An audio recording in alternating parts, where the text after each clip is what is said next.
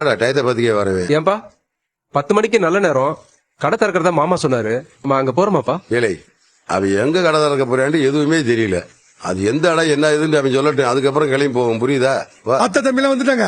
மூர்த்தி நேரம் கரெக்டா இருக்கு, வாங்க. இல்ல சரவணா, இங்கடா அவ்வளவு கூட்டமா இருக்கு? தெரியலையேப்பா. ஏண்டா சரவணா, அந்த இடத்துல விக்கிறவங்கள போட மாட்டேங்கிறாங்க. ஒருவேளை யாராவது வாங்கி புதுசா கடை ஆரம்பிச்சிருப்பாங்களோ? தெரியலையேப்பா. அண்ணா பாண்டியண்ணே, உங்க கடத்தர வழியா இன்னொரு மளிகை கடை தந்திருக்காங்க. நல்ல பெரிய கடை அண்ணா, யாருன்னு தெரியல. சரி வரண்ணா, பாத்துக்கங்கண்ணா. இந்த மளிகை கடை ஆரம்பிச்சிருக்காங்கன்னு சொல்லிட்டு போறேன். பா எந்த இருக்கம்பா இதே தெருவில் மளிகை கடை வச்சிருக்கான்? நம்மளுடைய பாண்டியனுக்கு யார் கடை தந்திருக்கா அப்படிங்கிறது ஒரே சந்தேகமாகவே இருக்குங்க. இன்னொரு பக்கம் தன்னோட மச்சான் பழனிவேல் தான் அப்படிங்கிறது தெரிய வருது. இதை பாண்டியன் ரொம்பவே கோபமாக எடுத்துக்கிறாரு. வேணும்னே இப்படி பண்ணிட்டான், இவனுக்கு தெரியாமல் இவங்க அண்ணன் எப்படி கடை திறப்பாங்க அப்படின்னு வீட்டில் போய் கோமதிக்கிட்ட சண்டை போடுறாருங்க. கோமதியும் ஒரு வழியாக பழனியடே வீட்டை விட்டு வெளியே போடான்னு அனுப்பி வச்சிட்றாங்க.